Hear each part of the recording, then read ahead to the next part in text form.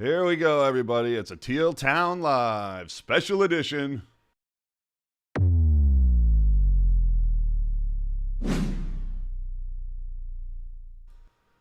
Hey now, everybody. Oh, okay, he's not talking to me. He's on his phone. That's fine. We'll get to him in a minute. No, I'm watching the beginning of this live stream. Just want to make sure we're on here, AJ. I think we're here. Are we on? Do we have audio? Can you actually hear it on your phone? Well, I'm turning. I keep it down because I don't want that feedback loop. Yeah, I'm a pro at this. Come on, You've been around. Done this before. Oh, well, I think we have to start with the elephant in the room and ask the question on everybody's mind since your announcement. What do you think the term and money is going to be on the Zetterlund extension?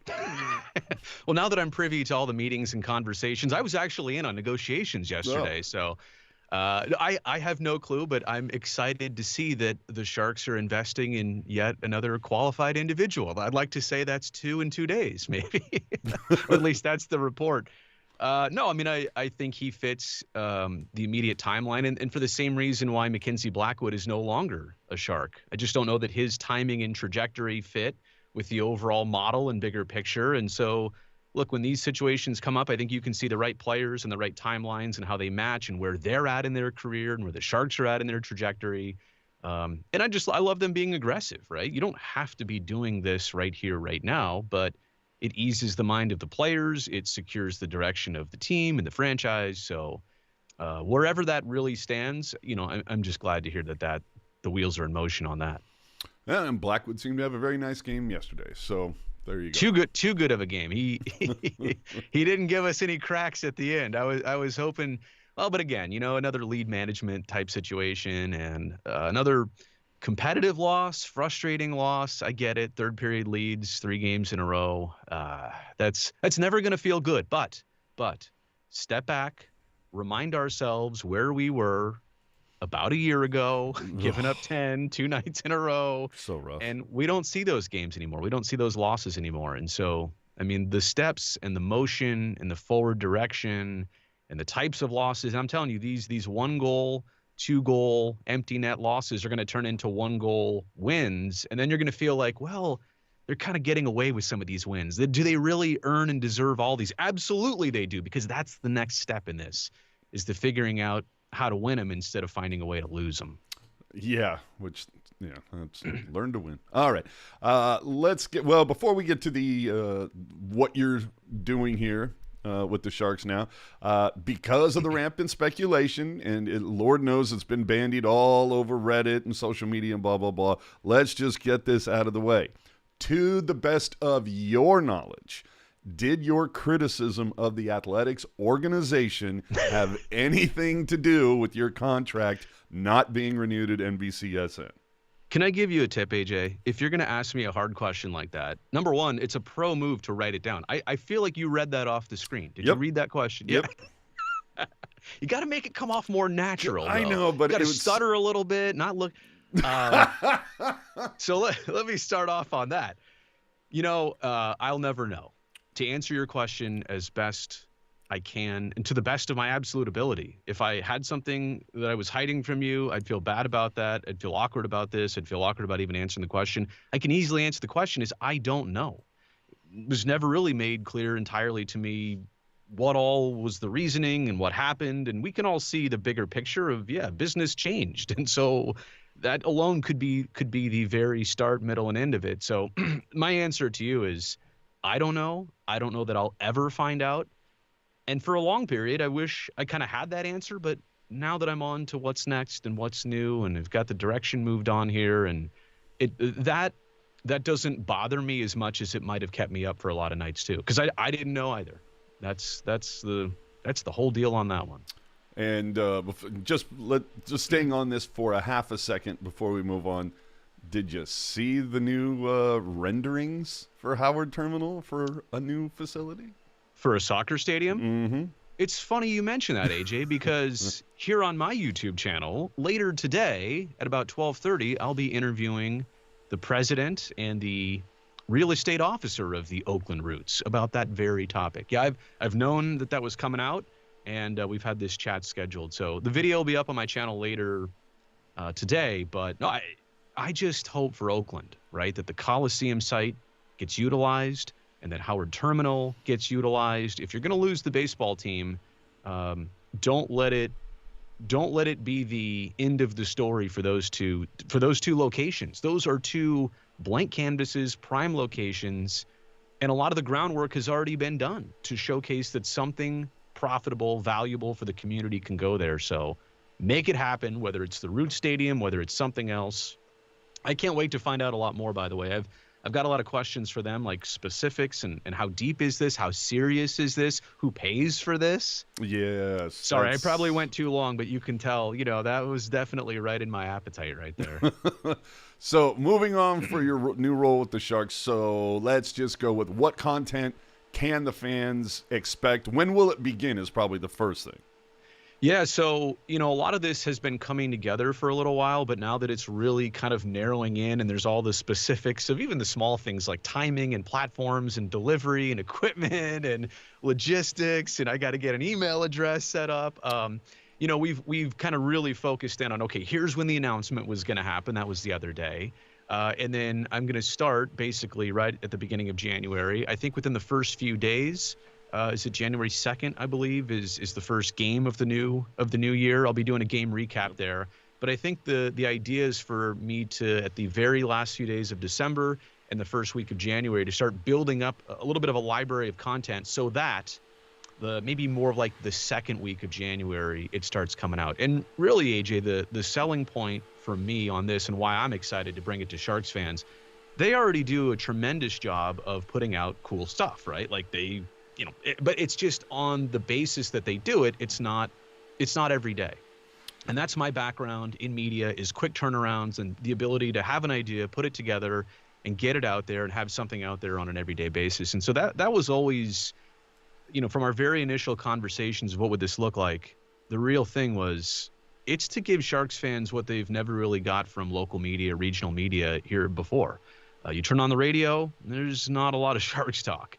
Local television, and when they do get to the Sharks, there's a few goals, a few mispronunciations, wrong description of a power play versus a penalty kill. But they're trying, and that's fine. And I'm not, it's just nothing personal. This is the way it's been for everybody across a lot of years. So I'm going to try and bring them something on a new platform of where eyeballs are already at, to try and promote what they're doing, to try and build the fan base, and to try and showcase what I think is about to be a really good time again for this franchise. And that's the other part about this. The timing on that, which none of us have any control over, like when the team is trending in the right direction again, that is optimal for this entire situation. There's no doubt about that. So I know you mentioned YouTube, and obviously that's the biggest, that is the platform, especially for you. But will this content be spread across then, Twitter, Facebook, Insta, TikTok, all that stuff?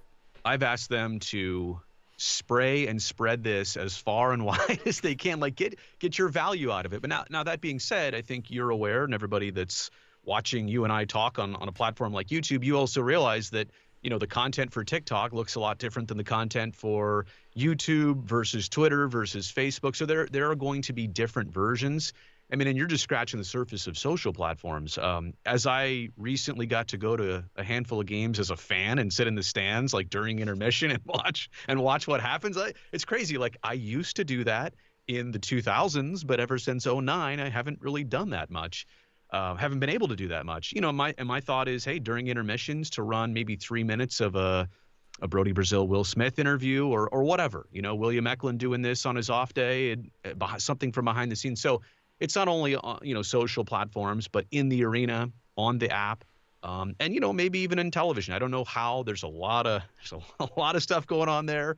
Maybe they bring bits and pieces back of it to television at some point. So I think the idea is, let's get this off the ground. Let's get the wheels in motion. We know the ability to make content and to tell stories. Where do we put it? How often do we do it? I think there's a lot of details that are yet to be determined. And I will say this too, I have been auditing in the background here for the last 2 months or so, every other NHL team and what they do. And I'm not saying I'm here to copy what they do, but I want to pick the bits and pieces. And believe it or not, some of the teams that I don't know whether you would have expected, like the Minnesota Wild, for example, they've got a cool studio podcast set up. It's their own people. They bring in players. So I'm trying to say, all right, what are the best things that other teams in the league are doing, and then let's implement that for us. By the way, it's so cool to say us. There you go. I've never been a we guy, and I'm still probably gonna have a problem with that. But if Remenda can say it, I'm gonna say it. Oh, hell yeah. But so some of this stuff could in fact then roll like pregame on the jumbo. Well, okay, the center hung scoreboard. Potentially, Jonathan might be watching. Come on, you just, I know they get so agitated. It's not a Sony product. Yeah. No, but you know what? I feel like that's a missing marketing thing because. All right, what is this? Let's take over. What is this? It's a tissue. Oh, so it's not a Kleenex. It's a snot rag. How about this though? Like, take away, like maybe challenge Sony for the trademark of Jumbotron.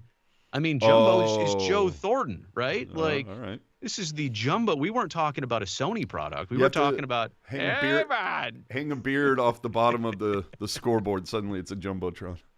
There you go. What's your official job title then?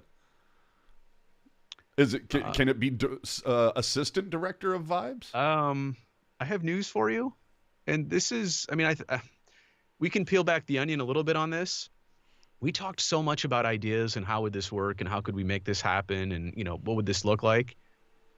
I don't know that we ever even landed on a specific job title. Like, we know what I'm going to do, and we have too many ideas of what I'm trying to do. That's the purpose here. Like the content team and Doug Bentz in marketing and Scott Emmert in communications and Patrick Hooper and Dustin. I mean, we all kind of like narrowed this down to like, what are we going to do here? Because there's so many ideas. Where do we start? I don't actually know what my title is. Drew Remenda's handler. Randy Hahn's assistant. Tough gig. So are we going to see you around the tank then a bit more? Oh, all the time. No, I mean, and I think that too.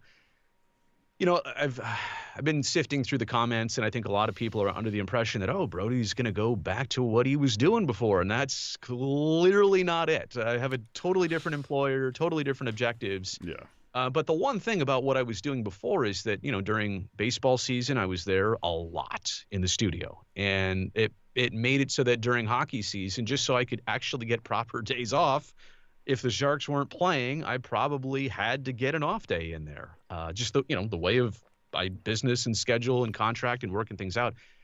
So I think kind of the joy of this, and actually as I was talking, to my wife throughout this entire process and I should also be clear, there were different things that came up from the end of baseball season, even before that, other job opportunities around here, regionally across the country. But, I think when I kind of came to it and told my wife, like, I think this is the Sharks is where my heart's at. And I think this is, it's becoming clear to me. And she's like, yeah, I knew it. Like, she goes, you were your happiest, and she didn't mean to say that I was unhappy in the last few years, but she's like, you were your happiest when you were around the players, when you were around the team, when you were covering the team, when you were like full scale in on that. And I was like, you know what? That was a long time ago now. I mean, we're talking a good 6, 7, 8 years ago, plus pandemic and all that stuff. And she's right. So the answer is yes. I mean, I've got to be around to do the in-person, interviews and cover the team and game recaps. And it's not just the Sharks, but the Barracuda. And I want to put some spotlight where I can and where it makes sense on the Junior Sharks and the Sharks Foundation. So there's a lot to go on here. But yes, I will be in San Jose at the practice rink and at the tank on a very regular basis, very inverse to what I've been kind of like in studio jail for the last 5, 6, 7 years, but that made sense, right? It made sense for what I was doing there. You trying to say that the next time you get a dog, the name might be T-Mac or something?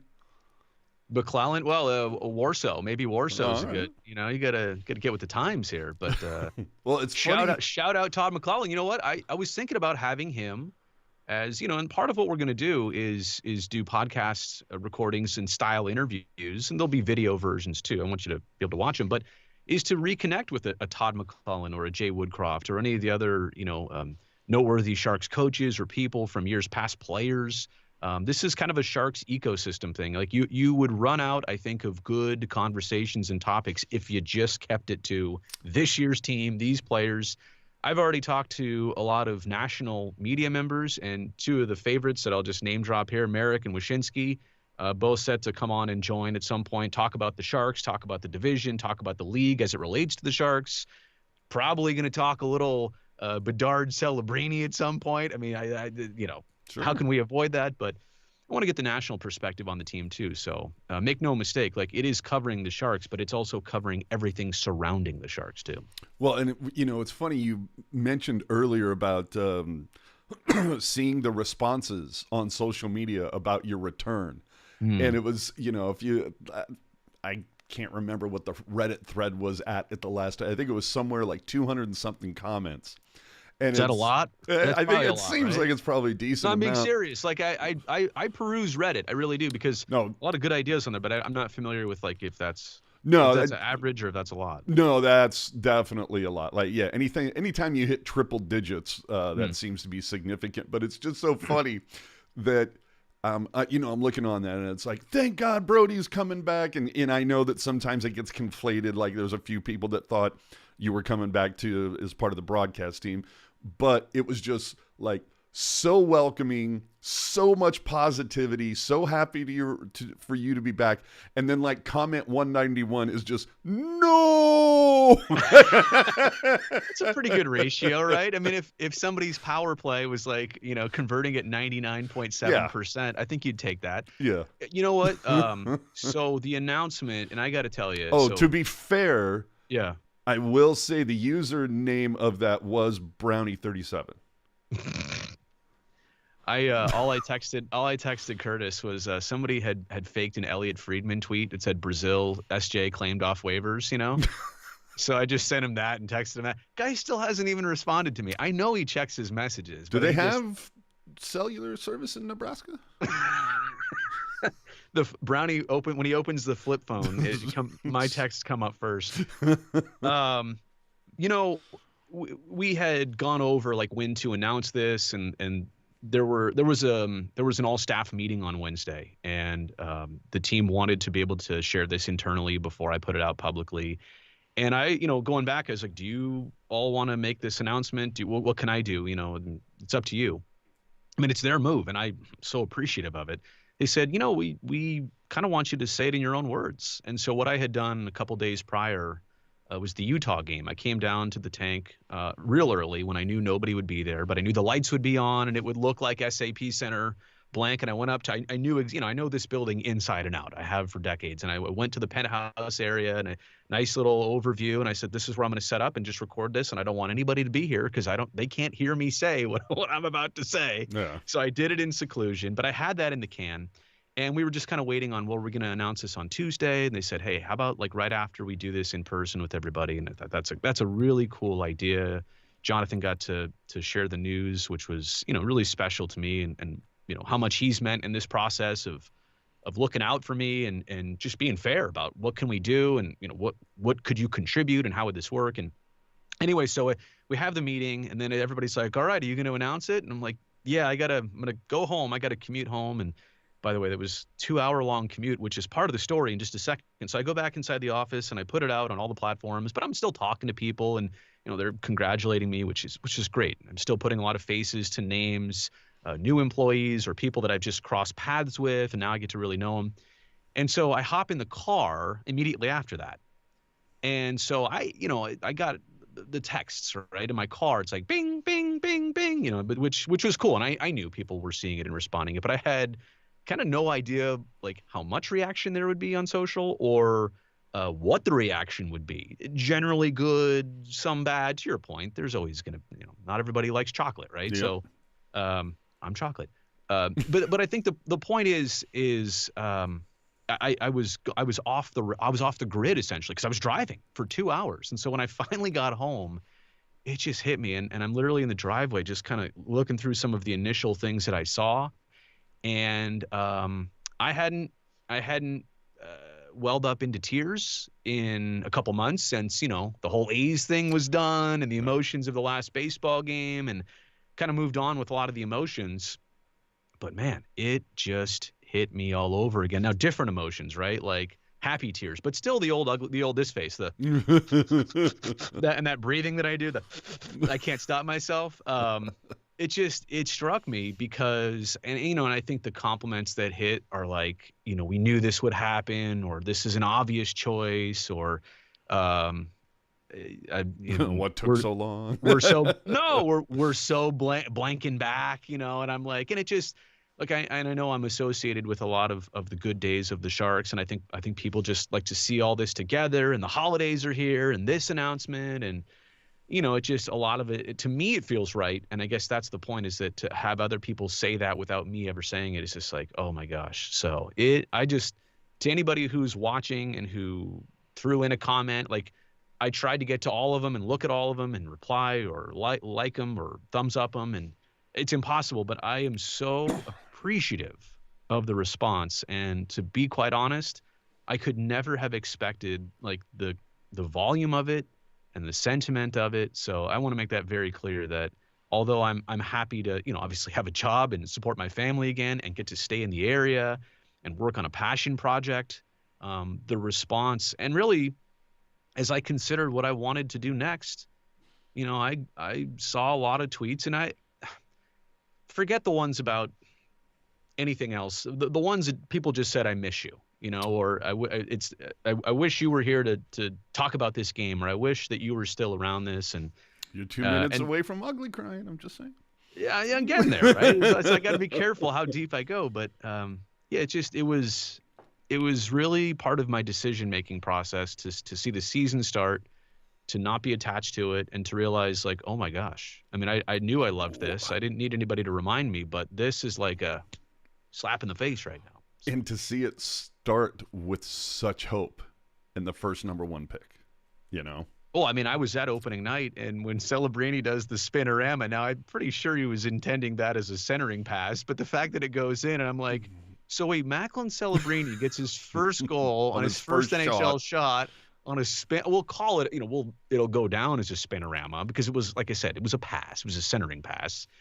But I mean, you were at the draft, right? You talked to him. Oh, I was probably the first full, and I'll tell you what, Sam Dickinson, by the way, here's the other story about that draft.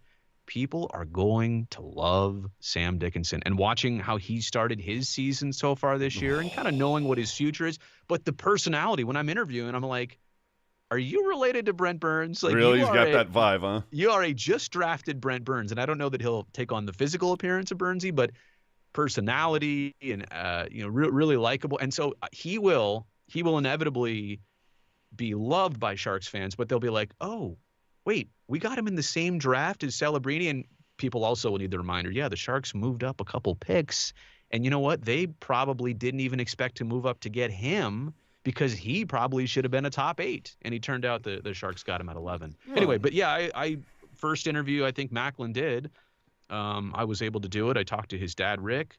And unfortunately, little did I know that 2 weeks later, I went from covering the Sharks at the draft and being so excited about next year, and all of a sudden, I get the news one day that you will not be part of the coverage of, as normal for next year. Well, I mean, hey, look, to your point, KNBR, Chase Center, the Warriors, they have no idea who Will Smith is, so it's fine. It's fine. You're gonna involve some CUDA throughout this coverage as well, yes? Absolutely, yeah. Okay. Just want to make sure. Yeah. And I'm assuming some of your produced content that doesn't have a strong visual component could make it to the Sharks Audio Network then as well? Oh, I think everything that makes sense gets shared. I think that's the point, is the cutting room floor does nobody any good, right? If I'm going to put the effort into something, and if it's a really good interview, it needs to go to as many places as possible. Now, I'm not the decider of that. There are smarter people who know the metrics and who know what hits where, when, and how the best. But if you're asking me, I'm going to disseminate every single piece of content I can, because I want it to scratch every last eardrum and eyeball as possible. Have you been paying attention then to what the Ducks and the Stars have been doing regarding their broadcasts?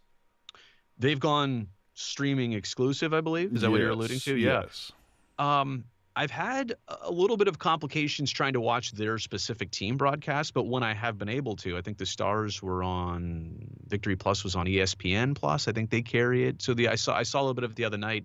Forget who Dallas was playing.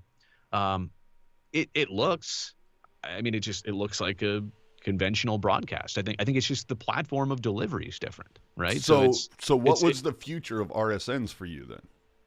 What do you see it being? I mean, we've already seen like NBCSN Chicago shut down. Yeah. And now do you know if the A's are still going to be broadcast locally in the same way? Oh, I think that's part of the arrangement, right? Is that will continue as normal. The games will still be on the channel. So I don't know anything about the hockey side of this, but I do think what we all just witnessed, and I'm not stating any, like, there's no inside information here. I mean, you can find all this actually on my YouTube channel.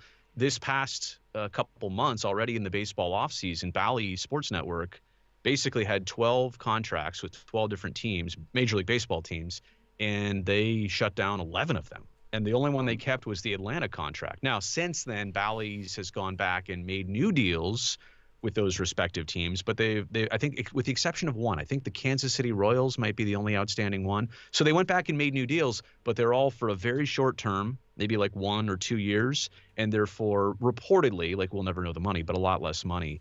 But that's a different one too, because Major League Baseball, I think, and from what I understand, they're trying to take over as many of those regional packages as possible and put them into a bigger picture entire streaming package for the league, where you can maybe do a la carte. Maybe you can get the division teams, American and National League teams separate. So just what we need, more streaming apps on our devices.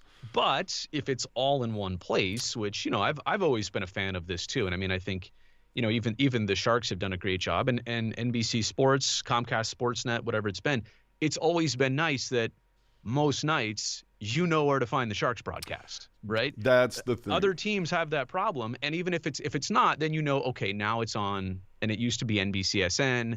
Now it's the mix of TNT, but they don't seem to like doing a lot of Sharks games. I wish they would.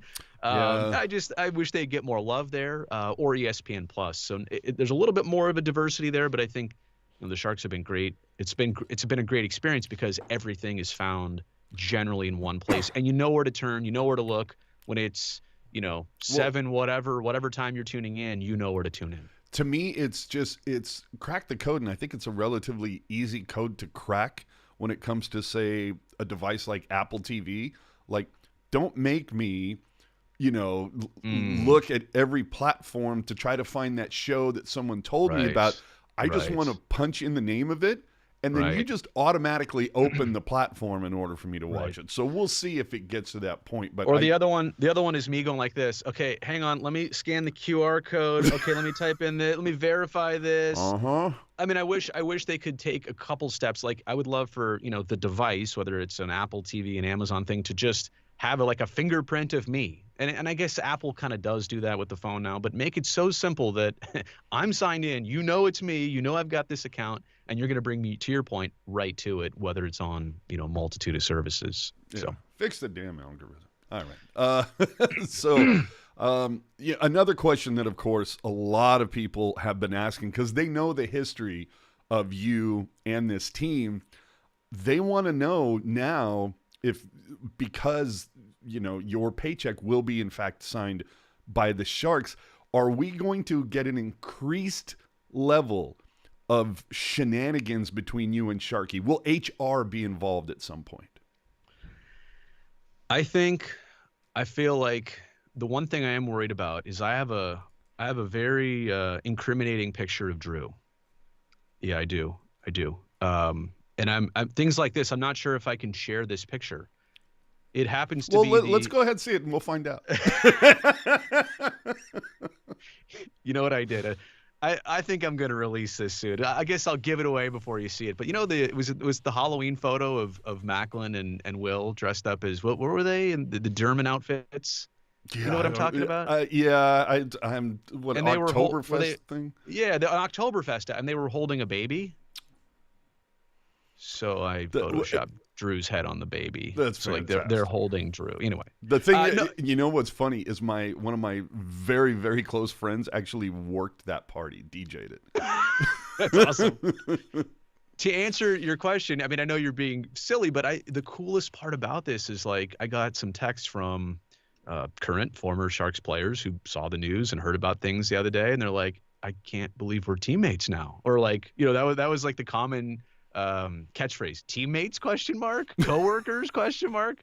So it is really cool. My son, and it's crazy that people think that he's been going to Sharks games this whole time. He hasn't, because there's not a lot of day games, which people know.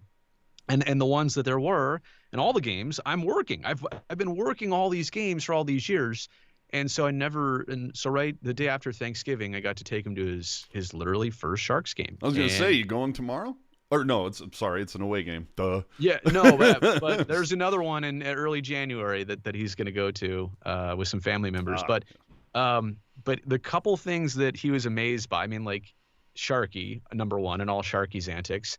Number two, skating out of the Shark head. He's like, that is so cool. And he goes, and it was they played the Kraken that day.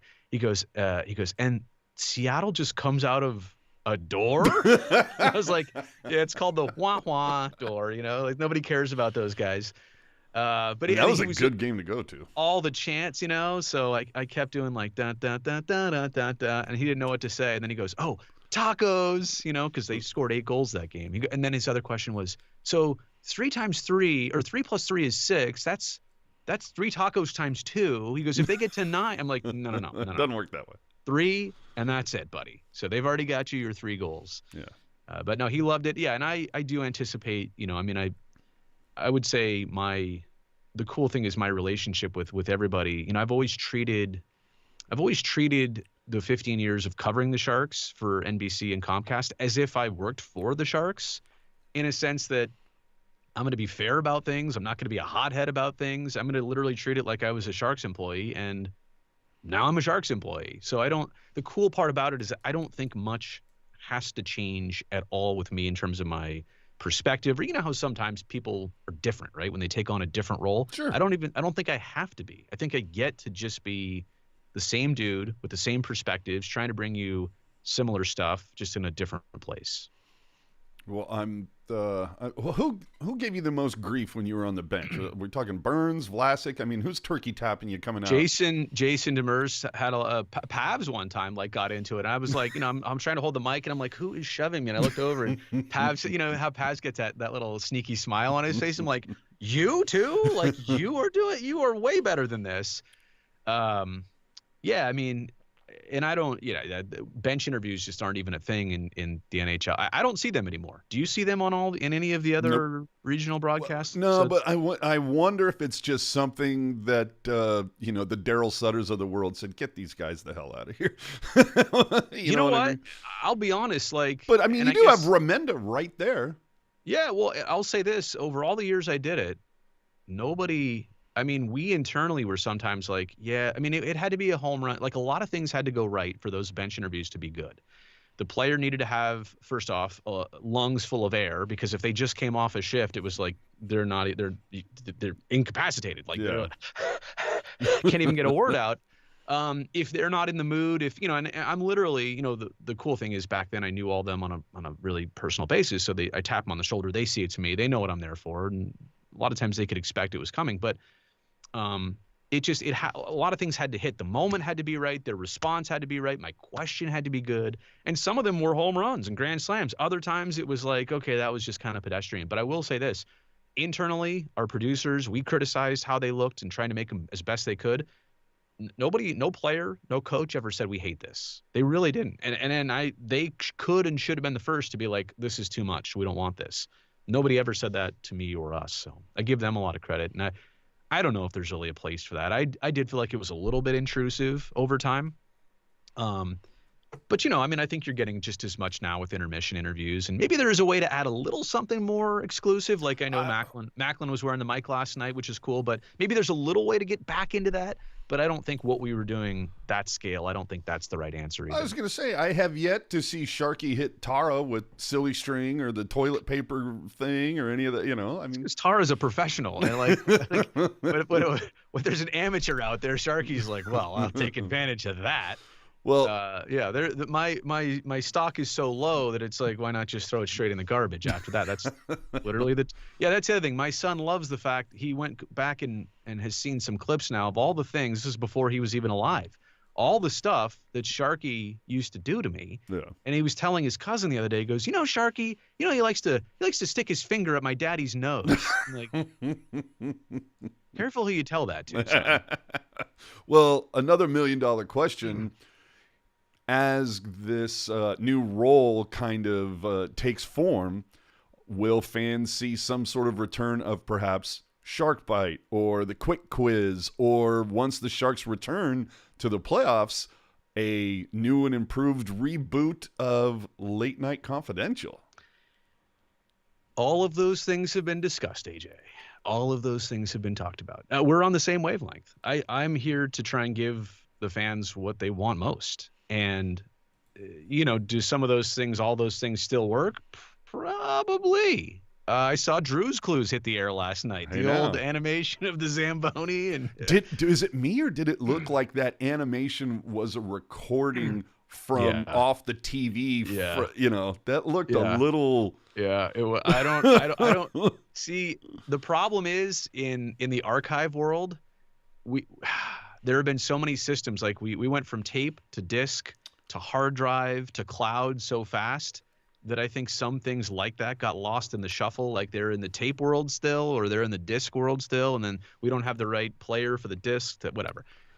I went too deep in the weeds. The point is yes, it did look like they found that in some odd spot, but I'm glad they did. And no, I think to your point, and a lot of people have been saying, the Quick Quiz with Drew, so I don't want to sign Drew up for every last thing in the world. I would like to see him and Kyle McLaren reunite for a little that would be great. hip check session.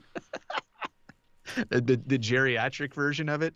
I always liked Drew's impression of. He's a grandpa now. Yeah, but I've always liked his impression of officials skating. They do that. Yeah, that's true. I think look, late Night Confidential has been talked about. Now, some people have to sign off on that, and that requires road trip doing it the right way, whatever. But we'll get to that point. And this is the thing, right? There's so many ideas. Like, where do you start? Where do you simplify it? How do you get this off the ground clean and efficiently and productively? But no, I think all those things are in the mix, and I think there is a track record of people liking those segments. Why wouldn't we go back to that? Now, you can't do that every time. Mm-hmm. You can't do that every day. But yeah, for that to come out once a month, once every 2 weeks, I think that'd be great. That's been a huge point with me over certain things, and I'm not going to dive into the weeds. I'll talk about it on Sunday or something. But yeah, sometimes I feel like you hit a home run with something, and then maybe you go back to that well too often, and it loses that magic. So it's kind of like it's a real fine line about how many times to go to that well, and better to, not go to it enough than go to it too much. So I completely get what you're saying. So then will you be, isn't it this coming, was it the last draft?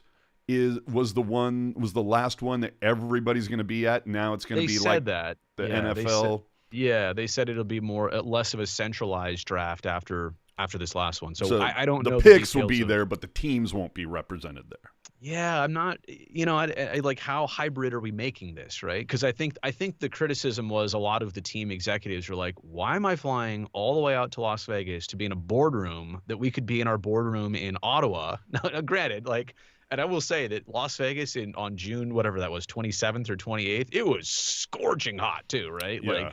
The pool at the Wynn or wherever the I forget the hotel was, it was popping, right? But it was, but to the point, nobody working on the teams got to really enjoy any of that. So they're like, why are we going all the way out here to just be in a conference room we could be in anywhere? So I think they do want the players, they want the podium, they want Bettman up there, they want all that stuff. So I would imagine media coverage would largely still be there, but all the team, like the team's tables may not be there like that anymore. Okay. So because that's the thing is I'm trying to, it's like, obviously the Sharks already have a digital team that produce certain things, whether it's the video, the inflatable video, or just, we've seen tons of videos where it's, behind the scenes at the draft, or all of these things. And then there's obviously the stuff that Ruzanowski and Ted do for the audio network. So it's And then, I mean, we haven't even mentioned the stuff that Tara does. Yep. So it's kind of like, that's a ridiculous amount of content. And to think where this team was 10 years ago when me and my buddy started this podcast, it's just, what a ridiculous amount of content that's going to be coming forward. So, I mean, when are you going to get a vacation? I don't know. So February, I'm going to try and take my first, like, maybe 2 days off in February when there's either the break or the Four Nations going on or whenever it makes sense. You know, I'll try and fit that in there as the first breath. But to your point, I agree. Like, I love to see the team and the squad get this big and this wide. And I think it's deserved, because where else is anybody in this area going to cover the Sharks? I mean, I can't turn on a broadcast platform that's going to really do this. The other part about it is, where do I fit in that equation? Because I was thinking the same thing. Like, wow, they've already got a lot of things taken care of. And to your point, the productions that they do are so high level and so top notch. I think the selling point for me in joining here is just to make it up to a very high quality. I can't match everything that they do and turn it around that fast, but it would be to literally give you something to consume every single day. So a practice day, hypothetically, there was practice, this morning. I'm out there this morning, and by later today, we'll have the one-on-one interview or the one thing. And granted, this doesn't have to be a 27-minute production. It might be 8 minutes. But that's kind of that's kind of in the wheelhouse of what most people are wanting to consume these days, or maybe a little bit longer form, something that somebody can listen to on their drive home, but it's also the video component. So it's just one thing every single day that Sharks fans can know, okay, this is coming. I know I'm going to come back and keep looking for this because I know that there is the consistency there. I don't have to tune in, log in, and be like, well, there's nothing new today. There's going to be something new and populated, hopefully, every single time somebody checks back in. Well, I could picture during preseason, right, where it's just a daily report, whether it's you talking to Remenda or Ruzi or somebody that whatever they had seen that day, who had stood out. Yeah, a daily report from that. But before we get out of here, we talked earlier a little bit about all the different segments, especially like Shark Byte and all that. So I remember car shopping with Timo, or the batting cages with Couture, or Chloe clobbering you on the ice. What's your top couple all-time favorite segments where you're like, you know what, we might have to do a reboot, a sequel, or something? I mean, I know you've mentioned Remenda and McLaren, but what's one that you're like, okay, we're gonna have to revisit this? I mean, the stuff on ice was always fun. Now, in that case, that really didn't deal with players. That was usually with Curtis, or we did some last year, actually this calendar year, but last season with Hanner and Jason Demers. So I love that stuff because I'm so terrible on skates. Look, I did not have the opportunity to grow up and learn hockey. I'm lucky that I self-taught myself as many things as I did, and that's why I'm so bad. But I think that offers them the opportunity to be like, dude, we need to teach you a few things. And that's how we learn. And that makes good segments. I've loved that stuff. I've loved some of the exclusivity of even getting to drive the Zamboni at the practice facility and show people how much, there's a lot to a Zamboni, for example. You take it for granted when you're watching the game and they're doing the little path, they're on, they're off. There's a lot to a damn Zamboni. I think those are the cool things. I would also say I'm not inviting myself over a player's home, but we've done those segments before where you really get to know somebody and they're comfortable there. And, hey, Boyle looks like he makes a mean cocktail. I'll tell you what, I had an idea that for a lot of the away games that I won't be traveling to, but I'll still be covering and producing a game report on them, talking about them, giving a little insight, playing some of the sound clips and instant reaction and kind of, compiling all that. I thought what a cool thing would be, and here I am inviting myself over Boiler's house. Dan, I'll come over your house. You and I watch, the Sharks Edmonton game on Saturday together. No, this is too soon, but we'll watch the game together. Right afterwards, I'll do what I have to do, but you and I just chit chat for 3 or 4 minutes on the game, and that way he doesn't have to have had watched the last 10 games, or he doesn't have to be into it as much as that's a full-time thing to really be that deep in it. But he can give me some instant reaction to that game and those situations, and I'll pull the interviews that we get, all that stuff, and make sense of it. But I would love to do that, and we could shoot it right at his house. So there's a lot of a lot of things of new creative ideas, maybe bending the traditional thoughts and rules. I don't want to spill all the beans, but that was one idea that I've had, and there are so many more. So what I think you might see even out of the gate with these ideas probably for better won't look the same even a month or two or three or four down the road, because I think we're going to figure some things out. We're going to try some new things, and you can't try a million things, but we're going to kind of curve the arc so it goes exactly how we want. Absolutely. I mean, I think about what this podcast looked like 10 years ago, and it was a nightmare. No, production value is important, and I know a lot of people, that's an area of emphasis for me, and everything I do here is going to look as it should. And that's it's a pride factor, right? Like, although this may not be on the traditional network television screen, it's going to look like that. Because that's what gives it credibility and respect. And even if you're not a production person, the average eye knows what looks right and knows what looks wrong. And I'm here to make sure that everything we do, even though it's going to come out quicker, it's still going to live up to the standards of what like SJ Sharks Productions has always done. How is this going to impact your YouTube channels? People have asked me that as one of the first questions. Somebody asked me that in the meeting the other day. I plan to make a video on my channel to like really hash this out, because there's been a lot of concern that your channel has grown and we love your channel and we don't want that to stop. Like, 6 months ago, my primary job was working for NBC Sports, and my side gig, my driving the Uber type situation, like I do it when I want. I log in when I want. I make videos when I want. The topics I want. It's kind of like driving an Uber, I think, right? Like You drive the Uber when you want to drive the Uber. So that it's really just going to kind of go back to that. My primary job is the Sharks and covering the Sharks, and that's what I will do. And you will not see like crossover of me stealing my work stuff and putting it on my channel. No. I want the Sharks thing to go really well. I'm going to put my primary full-time responsibility and focus into that. Like, I want and need that to go well.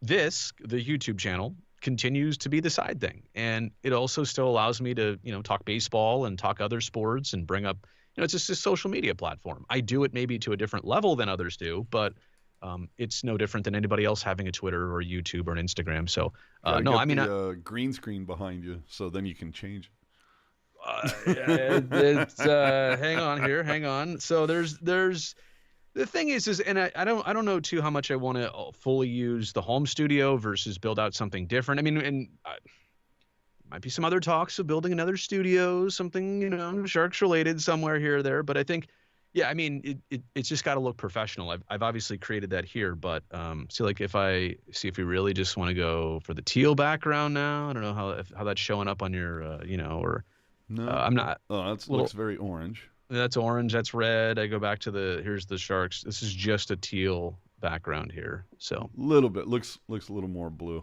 Is it? Okay. Well, the way, because I'm on 1997 Skype, by the way, as requested by Teal Town.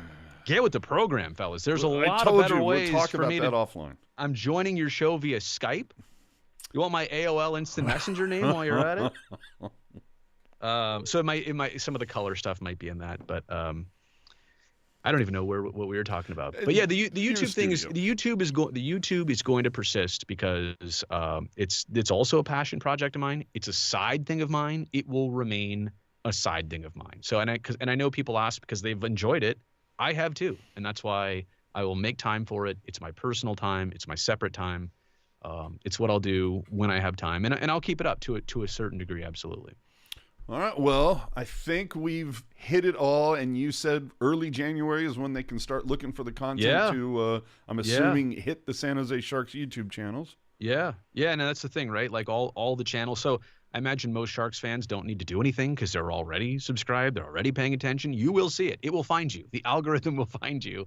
But I want to make sure that everybody does do me the favor of make sure, like I said in my video, that you share it with your friends. If you really like something, share it. Also, let me know. Like, I'm not hard to find. Let me know what you like, what you don't like. If you have an idea, nothing is too crazy or too silly or too stupid, I will consider it. If only people on social media were more forthcoming about what they like and don't like. No, I mean realistically, like it's something logistically that I can do and tangible that I can do, not something crazy. But Yeah, an actual constructive idea that is like based in the realm of reality. Something that's possible. Yeah, it's a possibility. But no, I mean, look, even criticisms will be understood. Like, you don't like something, okay, you may be one, you may be a bunch of you, but I hear that, and we'll do different. This gets to be a little bit more of a two-way thing than traditional maybe platforms, or it's a one-way medium and it's just coming right down the pipe and this is what you're getting. So I'm open to suggestions. I'm open to, just hearing the feedback initially right out of the gate. Can I give you your first suggestion before we go? Yeah. I would love, if possible, and I understand if it's not, I would love to see kind of an in-depth talk, if you will, like a solid maybe 15, 20 minutes, just a check-in to see where Couture's at. I won't go too deep into this, but I think a lot of people have realized that when he might be ready to share anything, and look, Drew would be a great chat too, and Ruzi would be a great chat. Like, they've been around longer than I have, and they're deeper than I have. But I've known Logan since his first game in the NHL, and I've seen the ups and downs, and we've gone back and forth, at work, away from work, and so. Yeah, I mean, I would hope that he would feel comfortable if he's ever ready. I'd hope that he would feel comfortable just sharing where he's at, what he's been going through. When that I'll always want him to know that the invitation is out there, but I'll never pressure him into that. So, but I agree with you. I think I think that kind of feels right. That if he wanted to, I know him pretty well. All right, I have to get out of here because I have a feline that I have to kill. Who is now like touching buttons and turning things off and on. You have to go right meow. Huh? Yes. Oh, Jesus. Me too, actually. I can't get out of here without a pun. That was very Randy-esque. I learned from the best. I've been riding. I get to continue riding coattails, baby. Oh, man. Oh, but I don't know. Do the YouTube have Emmys? I think I'm out of that. I think I'm out of the Emmy game. No, I'm chasing rings now, man. I got enough. Emmys are good paperweights for me now. I think we'd all like to get a ring. That's what we all want. So. All right. Well, thanks so much for joining us, and we're definitely going to be seeing you hopefully at the tank after the holidays, man. And have a great holiday. Thanks for the platform, buddy. I appreciate it. You got it.